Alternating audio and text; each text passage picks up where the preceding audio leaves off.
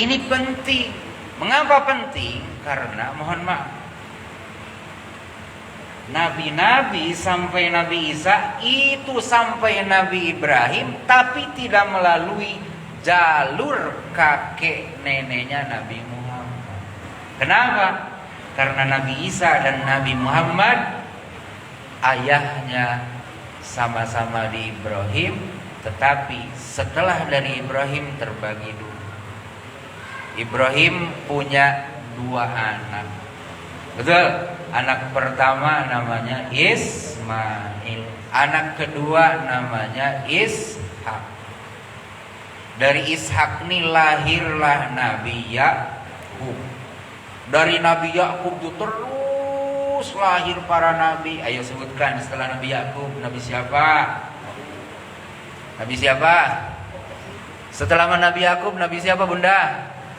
Nabi Yusuf. Terus ke sini, betul?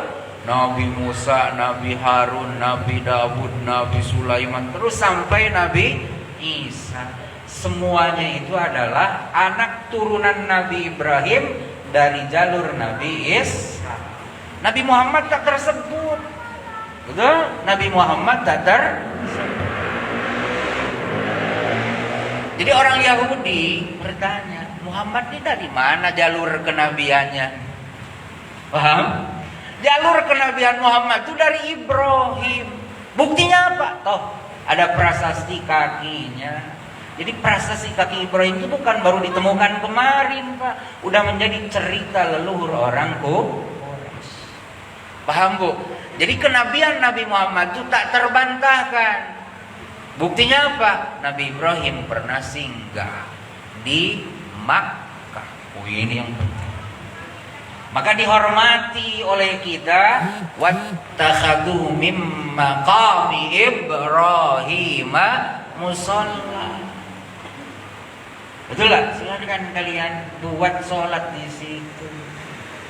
Itu cara menghormat lalu. Paham, Bu? Nah, maka sekali lagi, napak tilas. Cuman kita tak ngerti, nengok kaki itu. Betul lah? Padahal ada makna yang hebat di situ. Bahwa Nabi Muhammad itu bukanlah Nabi yang berdiri sendiri tanpa sambungan, nyambung kepada Nabi Ibrahim. Maka dalam sebuah hadis beliau lukiskan perumpamaan diriku, ya, dengan nabi-nabi sebelumku adalah seperti bangunan yang telah sempurna dibuat. Cuman tinggal satu lagi, ada bata yang belum diletak. Jadi masih ada celah sebesar itu. Dan aku itu, kata Nabi Muhammad, aku itu adalah celah yang nutup lubang yang ada. Jadi beliau itu hanyalah satu bata dari rangkaian bata-bata yang telah ada sebelum. Paham Pak ya? Oleh karena itu, sholat kita sekarang bukan hanya kita yang sholat. Sebelumnya sudah ada orang sholat. Dalam Quran, Nabi Musa diperintah sholat. Wa aqimis sholata li zikri. Wahai Musa, tegakkan sholat untuk mengingat saya. Paham gak ya? Apakah haji juga murni umat Nabi Muhammad yang buat? Tidak. Nabi Ibrahim sudah disebutkan dalam Quran sebagai pelaksana itu. Maka ada kan Bapak? Ada diajarkan dulu supaya manasik kita mudah. Wa arina manasikana. Masih ingat tak? Ayo baca. Wa arina manasikana. Lanjut. Wa tub alaina. Wa arina manasikana. Dan perlihatkan wahai Allah kepada kami itu kepada Ibrahim dan manasikana, tempat-tempat manasik Nabi Ibrahim. Paham benda? Ya. Jadi ini sejarah hebat. Makanya betul, dulu saat penjajah Belanda datang di Indonesia, orang-orang yang pergi haji itu kena catat tiap kampung. Maka embel-embel haji ini mungkin dari sana. Mungkin waktu dulu kan Badan Intelijen Negara Belanda belum sehebat sekarang kan. Cemana. Kenapa mereka harus ditandai? Karena menjadi pelopor yang melakukan perlawanan terhadap kekejaman Belanda. Mengapa? Karena orang berhaji ke sana mengerti sejarah hidup manusia. Seperti apa manusia yang harus dilawan, jangan dibiarkan. Di antaranya Belanda. Maka para hujjah, para haji balik ke tanah air Hindia Belanda itu, mereka menjadi pelopor yang melakukan pergerakan perlawanan. Nah, kita pun sampai hari ini belum berakhir. Kita harus menjadi pelopor yang melakukan perubahan ke arah yang lebih baik. Maka mohon maaf, orang menghormati Bapak setelah haji lain sekarang. Bapak rasakan sendiri. Betul lah. Senantiasa diberi ruang berbeda. Betul kan? Pak, dulu biasa-biasa aja kalau. Kenapa mereka berhusnuzon dengan Bapak? Bapak menjadi orang yang membawa kontribusi kebaikan di tengah-tengah kehidupan sosial.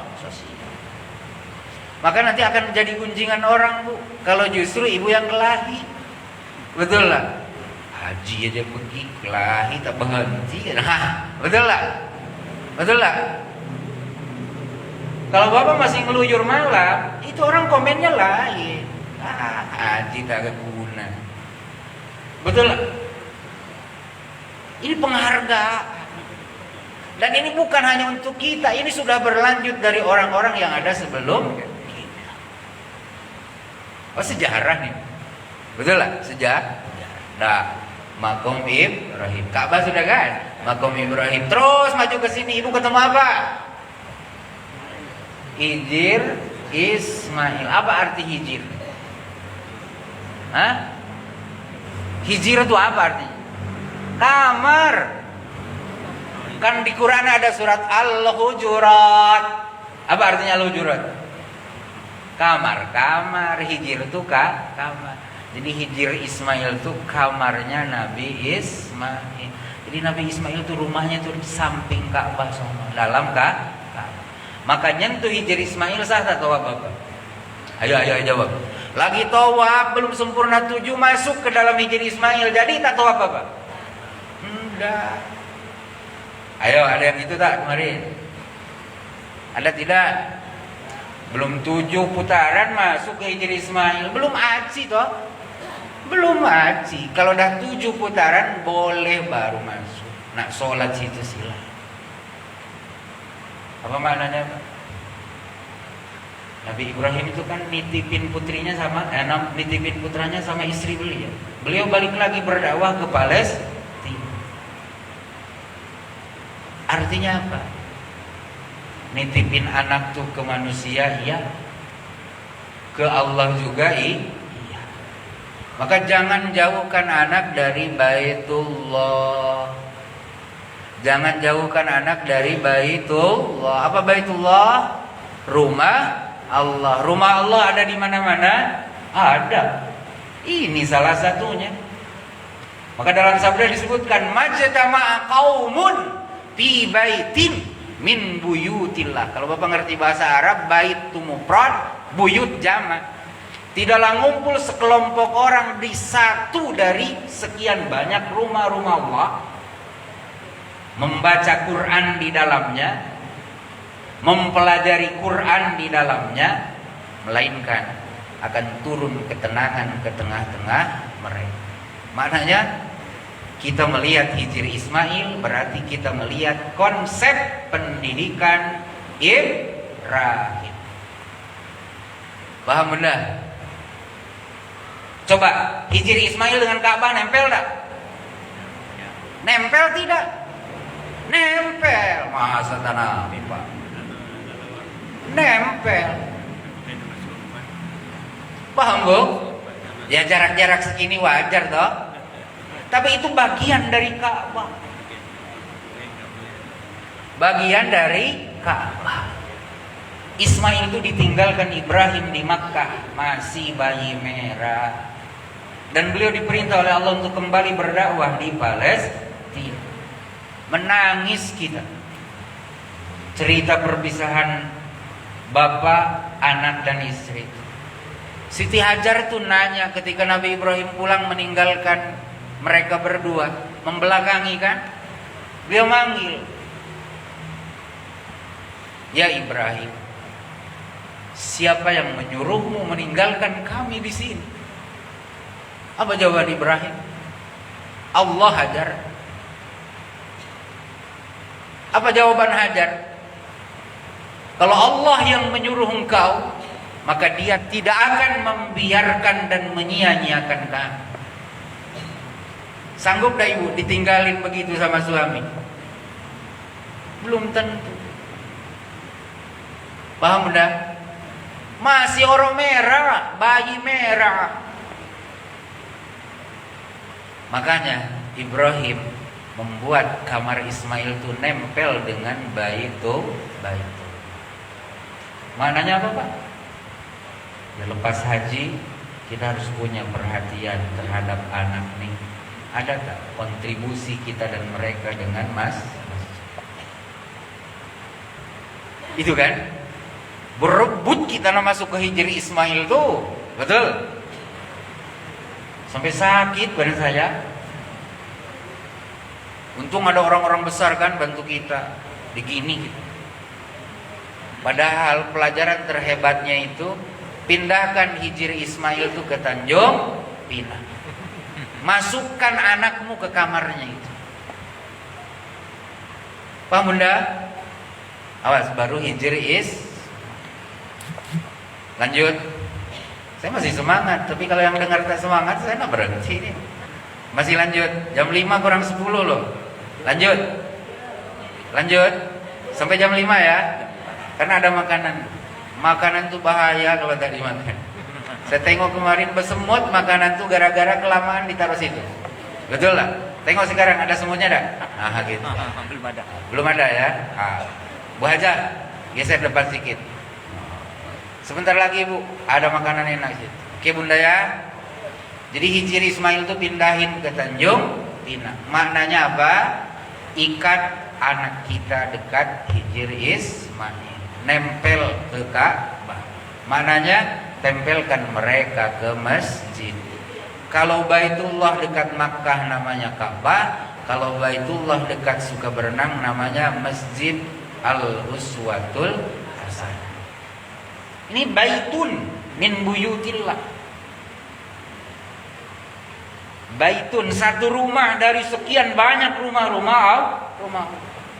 Kalau di beliau nih, di Pak Wan namanya Muqaddimah. Betul apa? Maju sedikit ke dalam Nurul Waini. Betul lah? Turun sedikit ke bawah Al-Maghfirah. Maju jalan singkong apa namanya? Al-Fajar. Banyak ternyata rumah-rumah Allah tuh. Betul lah?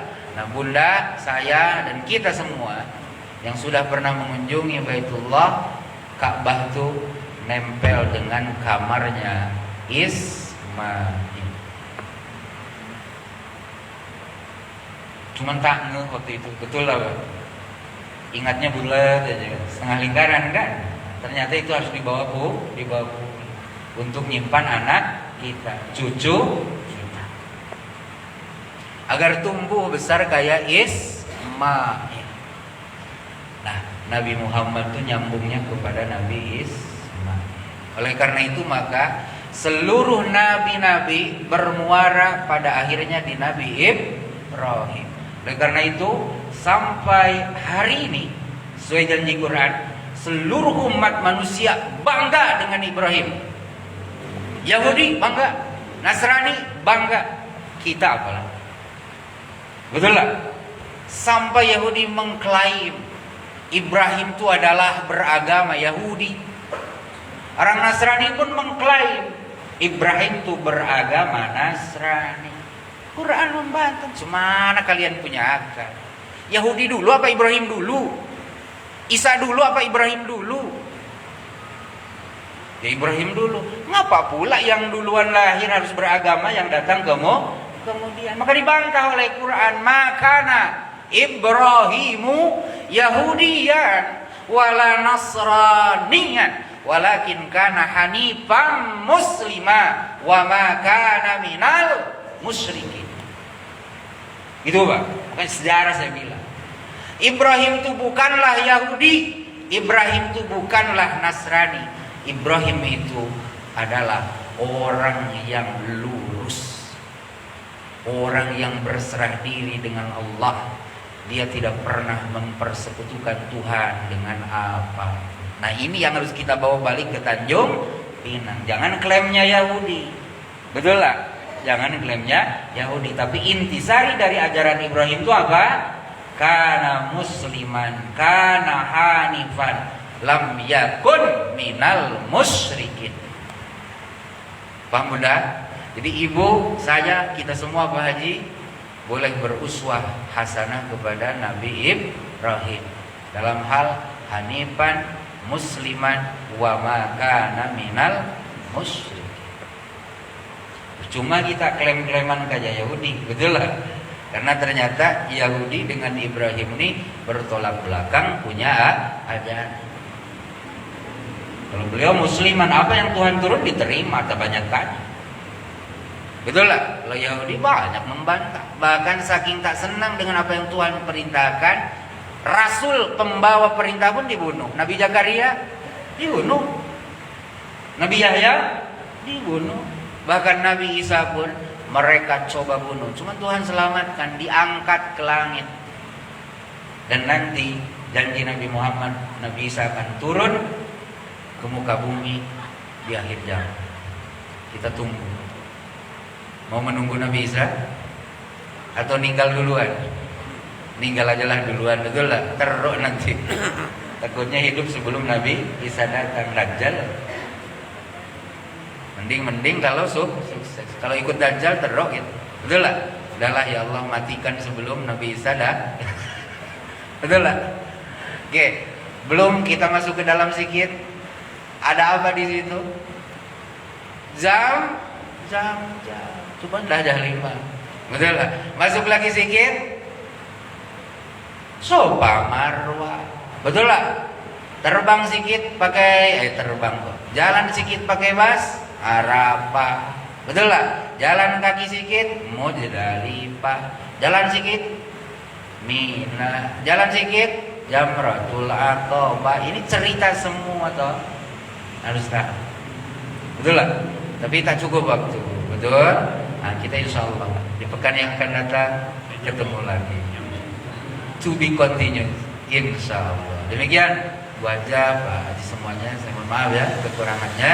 Mudah-mudahan Allah memberikan hidayah dan taufik kepada kita untuk bisa mengambil pelajaran terindah, terbaik daripada ibadah haji yang telah kita laksanakan. Wabil khusus, mudah-mudahan Allah karuniakan hidayah dan taufik untuk memahami siapa Ibrahim.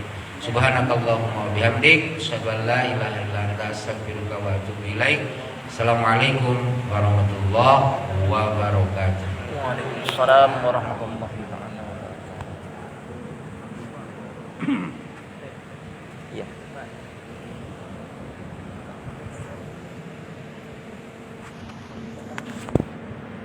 Alhamdulillah, terima kasih banyak kita ucapkan kepada Habis sih kuotanya Tambah Jadi yang telah memberikan tausiah kepada kita pada sore yang berbahagia ini.